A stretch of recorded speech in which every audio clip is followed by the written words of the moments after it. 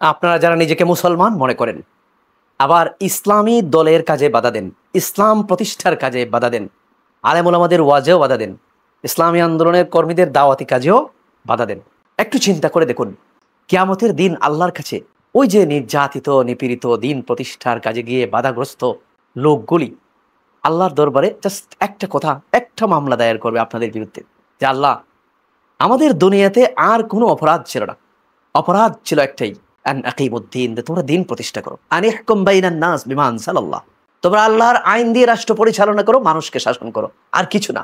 আমাদের আর কোনো দাবি ছিল না, আপনার পক্ষে আমরা এই দাবি উত্থাপন করেছিলাম। আমাদের দাবি ছিল না যে তোমরা আমাদেরকে নেতা বানাও, আমাদেরকে মন্ত্রী বানাও, মিনিস্টার বানাও। যারা দিনী আন্দোলন করে সে আল্লাহর সন্তুষ্টির জন্য করে, দিন প্রতিষ্ঠার জন্য যারা কাজ করে, আল্লাহর হুকুমত যারা প্রতিষ্ঠা করতে চায়, আল্লাহর আইন যারা প্রতিষ্ঠা করতে চায়, নিঃসন্দেহে সে জীবন বুলেটের সামনে দাঁড়িয়ে সে বলে আলা আলাহুল খালক ওয়াল আমর, সাবধান, সৃষ্টি যার, আইন চলবে তার। এই কথা কেন সে বলে? দুনিয়ার লোভে এটা বললে জীবন দিত না, কারণ দুনিয়ার জন্য যে কাজ করবে সে তো জীবন দিতে যাবে না। জীবন দিয়ে দিলে দুনিয়ার মন্ত্রী মিনিস্টার হইয়া লাভ কি? সে আদর্শের জন্য, দিনই কারণে এটা গেছে, আল্লাহর সন্তুষ্টির জন্য জীবন দিতে গেছে। তো আল্লাহর সন্তুষ্টির জন্য যে জীবন দেয় সে নেতৃত্ব কামনা করে না, লিডারশিপ কামনা করে না, দুনিয়ার লোক তার থাকে না। তার দাবি একটাই যে দিন প্রতিষ্ঠিত হোক। দিন এখন আপনারা প্রতিষ্ঠিত করে ফেলেন।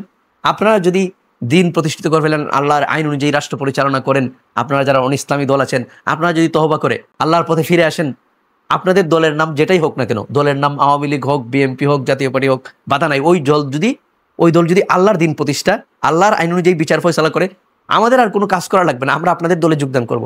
আপনারা আমাদের ভাই, আপনারা তো দিন প্রতিষ্ঠার কাজ করে ফেলতেছেন, তা আমরা কি জন্য কাজ করব? আমাদের তো এই লোভ নাই যে না আমাদের দলের মাধ্যমে দিন প্রতিষ্ঠিত হবে, এইটা তো কোনো কথা না। দিন প্রতিষ্ঠার কাজ যে কোনো ইসলামী দল ছাড়াও যদি কেউ করে ফেলে, আলহামদুলিল্লাহ, সব ইসলামী দল আমরা আপনাদের সাথে চলে যাব। কথা হচ্ছে এখানে আল্লাহর আইন প্রতিষ্ঠার জন্য আমরা কাজ করেছি, আর আপনারা কন্টিনিউয়াসলি বাধা দিয়ে যাচ্ছেন। যখন আল্লাহর আদালতে এই দিনের দায়ীরা কমপ্লেইন করবে যে আল্লাহ, আমাদের আর কোনো অপরাধ ছিল না, আজকে আমরা আপনার কাছে বিচার চাই, তখন কি জবাবটা আপনি আল্লাহর কাছে দিবেন? আপনি সারা জীবন ইসলামী দল করেছেন, আপনি এত অনেস্ট, 5 টাকাও দল থেকে নেন নাই। যেই দল আপনাকে সৃষ্টি করে নাই, যেই দল আপনাকে এক ড্রপ পানি, এক ফোঁটা পানিও দেয় না, অক্সিজেনও দেয় না, আল্লাহর অক্সিজেন, আল্লাহর আকাশ, আল্লাহর বাতাস, আল্লাহর জমিনে থেকে খেয়ে আপনি আল্লাহর দিন প্রতিষ্ঠার বিরোধিতা করেছেন। আর 5 টাকার সুযোগ সুবিধা ছাড়াও ওই দলের জন্য সারা জীবন গোলামি করে গেছেন। হেগেল, মার্কস, লেনিন, স্টালিন আপনাকে এক ফোঁটা পানিও খাওয়ায় নাই, অথচ তার জন্য আপনি কাজ করলেন। আর যেই আল্লাহ আপনার জন্য সবকিছু সৃষ্টি করেছেন, এই আকাশ, মাটি, জমিন, যত কিছু আছে, আর দুনিয়া খুলিকাত লাকুম, পুরো দুনিয়া তোমাদের জন্য সৃষ্টি করা হয়েছে, আপনি একবারও চিন্তা করলেন না যে এই আল্লাহর জন্য আমি কি করলাম? আপনার সামনে বারবার আপনার কানে এই দাওয়াত পৌঁছেছে যে আমার নবী মুহাম্মদুর রাসূলুল্লাহ সাল্লাল্লাহু আলাইহি ওয়াসাল্লাম, যার শাফাআত ছাড়া আমি জান্নাতে যেতে পারবো না, যিনি আমার জন্য চিরন্তন আদর্শ, এটা আপনিও বলেন। কিন্তু সেই আদর্শ তিনি কি রাষ্ট্র পরিচালনা করেন নাই?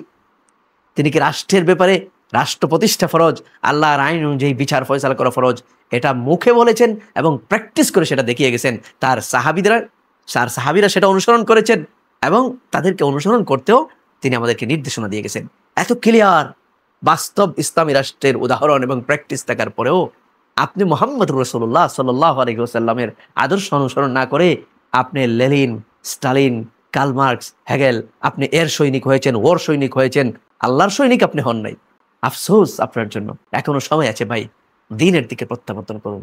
আর দ্বীনি আন্দোলনে মুখের মাধ্যমে, লেখালেখির মাধ্যমে, দলীয়ভাবে, প্রশাসনিকভাবে কোনোভাবে আল্লাহর হস্তে বাধা দিবেন না। বাধা দিলে কিয়ামতের দিন আল্লাহর আদালতে আপনি আটকে যাবেন। এই লোকগুলো যারা দিনের দায়ী, আল্লাহর সৈনিক, হিজবুল্লাহ, তারা কিন্তু কি করবে? আপনার বিরুদ্ধে 100% অভিযোগ দায়ের করবে।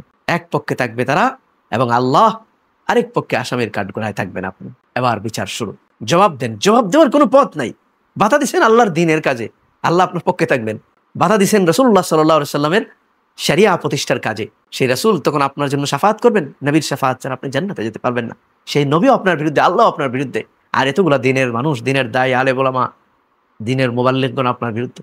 চিন্তা করে দেখুন, সময় থাকতে দ্বীনের দিকে প্রত্যাবর্তন করুন, দ্বীন প্রতিষ্ঠার কাজে আত্মনিয়োগ করুন। এতে দ্বীন প্রতিষ্ঠিত না হলেও রিদওয়ানুম মিনাল্লাহি আকবার, আল্লাহর সন্তুষ্টি আপনার জন্য অপেক্ষা করছে। আল্লাহ আপনার উপর সন্তুষ্ট হয়ে যাবেন এবং জান্নাত আপনার জন্য অপেক্ষা করছে।